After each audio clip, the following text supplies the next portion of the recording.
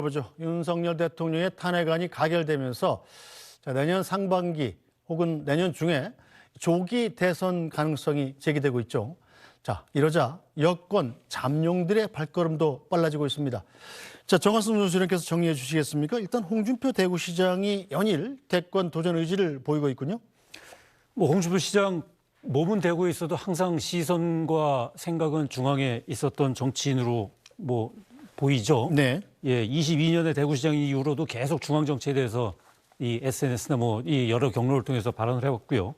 비상계엄 사태, 그다음에 탄핵 이 부분에서도 계속 발언은 해왔습니다. SNS로요. 그런데 이제 최근 나오는 거 보면 뭐라고 하냐면 탄핵 때 대선 경험 있는 사람은 나밖에 없다. 나는 한국 보수 세력의 아웃사이더다. 아웃사이더만이 한국 사회 기득권의 틀을 깰 수 있다. 그리고 오늘 또 이사 가야 한다는 생각에 연말이 뒤숭숭하다. 대구시장 졸업 시기가 더 빨라질 수 있다는 생각 들면서 조급해진다. 결국 이제 조기 대선 가능성을 언급하면서 그러면 내가 이제 대선 후보로 나와야 되겠다라는 생각을 이제 얘기하는 거 아니겠습니까? 지금 지난주 한국갤럽이 발표한 여론조사 결과 이 대권 주자 선호도 이걸 보면요. 자세한 내용은 중앙선거 여론조사심의위원회 홈페이지를 보시면 자세히 아실 수 있고요. 거기서 보면 이재명 대표가 지금 37%로 압도적 1위를 달리는 상태에서 그 2위가 지금 한동훈 대표하고 이 홍준표 시장이 5%로 2등이에요.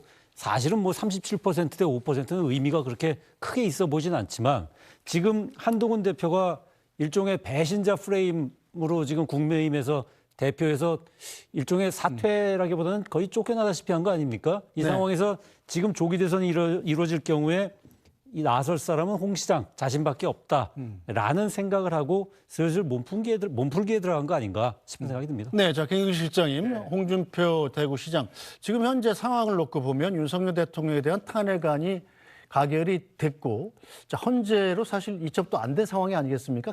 개시조차 안 됐는데 이 상황에서 차기 대선에 내가 대선에 나가겠다라는 뜻을 홍준표 대구시장은 사실상 밝힌 거나 마찬가지잖아요. 그렇죠. 그러니까 사실은 좀 자기 스스로도 말이 좀 꼬이는 좀 스텝이 좀 감기는 느낌입니다. 왜냐하면 이 탄핵 국면에서 한동훈 대표가 탄핵을 찬성을 하고 그리고 비상계엄에 강력하게 반대하면서 대통령에게 책임을 물어야 한다고 했을 때 홍준표 대표가 가장 앞장서서 한동훈 대표를 비난하면서 탄핵을 반대했었거든요.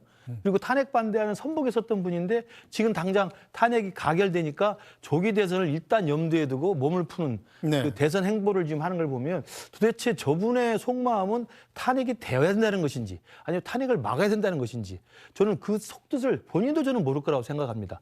하루에도 몇 개씩 SNS를 올린 거 보면은 정말 대구 시정이 너무 없어서 그런 것인지 아니면 중앙정치에 관심이 많으셔서 그런 건지 모르겠습니다만 너무 좀 요즘에 너무 많은 이 발언들 하고 계시고요. 두 번째로는 이제 조기 대선을 염두에 두고 대구시장을 졸업해야 될 것 같다 말씀도 하고 지난번에 탄핵 때 대선 치른 사람 자기밖에 없다고 그러는데 2016년에 탄핵되고 나서 대선 치는 건 홍준표 당시 자유한국당 후보가 맞죠. 근데 그 대선을 치른 경험이 뭡니까? 압도적 패배의 경험입니다. 그 패배 경험을 자랑이라고 지금 내놓고 경험이라고 하는 겁니까? 정말 납득할 수 없는 자랑질이라고 생각이 들고요. 또 하나는 그렇습니다. 대구시장을 졸업해야 될 것 같다.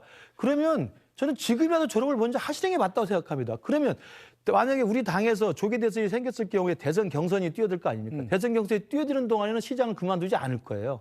그럼 시장직을 유지하면서 경선을 할 거예요. 그러나 법적으로 시장이 그만둬야 될 때는 대선 후보로 확정되면 그만둬야 됩니다. 그렇지 않습니까?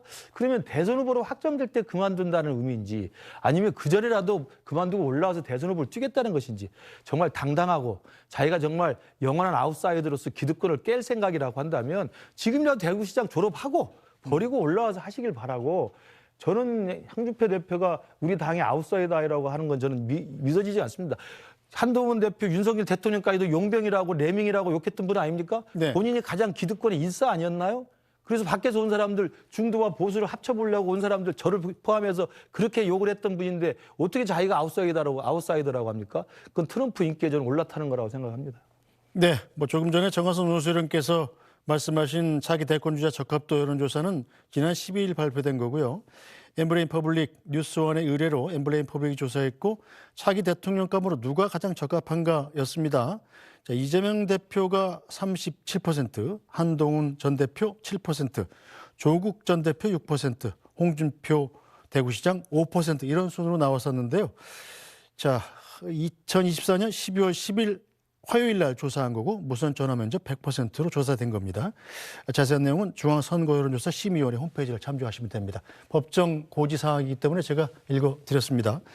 자, 가장 먼저 대선 출마를 시사했던 이준석 개혁신당 의원 역시 이 제3지대 승리는 이준석 뿐이라면서 자신감을 보이고 있습니다. 그렇죠. 그러니까 그 2016년 이후로 봤을 때 그러니까 단일화나 이런 거 없이 네. 그래서 3자 구도에서 3구도에 해당하는 사람이 당선돼 본 사람이 동탄의 이준석밖에 없습니다. 그때 우리 동탄 유권자들이 저를 믿어주실 때 네. 결국 새로움 그리고 무엇보다도 결정적일 때 그 양자 구도에 편입되지 않으려고 하는 그 아주 용기 있는 모습 네. 이런 것에 대해서 지지를 보내주셨다 이렇게 판단하거든요. 예. 그래서 저는 이번에 만약 조기 대선이 치러진다 하더라도요. 저는 그런 비슷한 관점에서 접근하면 답이 나오지 않을까 생각합니다. 경험이라던가 뭐 무게감 이런 것들도 많이 또 확장성 이런 것들도 얘기하시잖아요. 마찬가지로 박근혜 대통령 이후에 네. 보수 정당의 당대표를 지내면서 전국 단위 선거의 승리를 경험한 사람은 또 이준석밖에 없습니다. 네. 대한민국의 발전을 위해 가지고 제 경험을 쓰고 싶은 거고 나이가 어리다고 젊다고 해가지고 그 경험이 부족한 것도 아니고요. 네. 나이가 많다고 해가지고 뭐 대단한 경륜이 있는 것도 아닙니다. 네, 자 이준석 의원 얘기는 김진욱 대변인께서 좀 해주시죠. 일단 야권에서는 이재명 대표가 차기 대선에 만약에 조기 대선이 치러진다면 나올 게 확실시 되는데 이재명 대표의 상대로서 이준석 의원의 경쟁력은 얼마나 됐다고 보십니까? 그래서 이준석 의원은 아마 많은 부분에 대해서 국민들께 설명해야 할 시간이 필요할 겁니다. 특히 40대 기술론을 얘기하는 것까지는 좋은데 그동안 이준석 대표가 또 이준석 의원이 보여줬던 모습들 과연 이 세대 통합적이고 우리 그 대한민국의 발전을 위한 그런 모습들이었는가 아니면 어떤 일부 세대를 갈등과 분열을 야기해서 이것을 본인의 정치적 동력으로 삼았으려고 했던 그런 부분들이 있었던 것은 아닌가라는 부분이 있고요. 또 이번에 또 명태균 씨와 관련돼서 있었던 부분들에 대한 해명도 좀 필요할 것 같고 또 지금 당내에 지금 개혁신당 안에서의 모습도 상당히 어수선합니다. 이런 부분들이 앞으로 이준석 대표가 이 작은 정당뿐만 아니라 대한민국이라는 큰 그 상황 속에서 어떤 리더십을 보여줄 수 있는 것인지 하는 부분에 대해서 본인이 명쾌하게 국민들에게 설명해야 할 시간이 좀 오고 있다라고 보여지는데 만약에 한 가지 3월 31일 생이지 않습니까? 네. 만약에 그 이전에 대선이 확정되면 아마 이준석 대표에게는 이번에 기회가 없을 수도 있습니다. 그렇기 때문에 지금 본인이 생각하는 것이 어떤 순서에 의해서 먼저 올 것인지 하는 부분에 대해서는 조금 더 지켜볼 필요가 있겠다. 저는 개인적으로 이번 이 헌법재판소의 탄핵 심리가 사실 굉장히 일찍 끝날 수도 있다. 이런 전망을 해보기 때문에 이런 말씀도 함께 드린다. 이런 말씀 드립니다. 알겠습니다. 오늘 정치여담 여담은 여기서 모두 마무리하죠. 김근식 전 국민의힘 비전전략실장, 김진욱 전 더불어민주당 대변인, SBS의 정화석 논설위원과 함께했습니다. 세 분 수고하셨습니다. 네, 뉴스브리핑은 잠시 뒤에 돌아오겠습니다.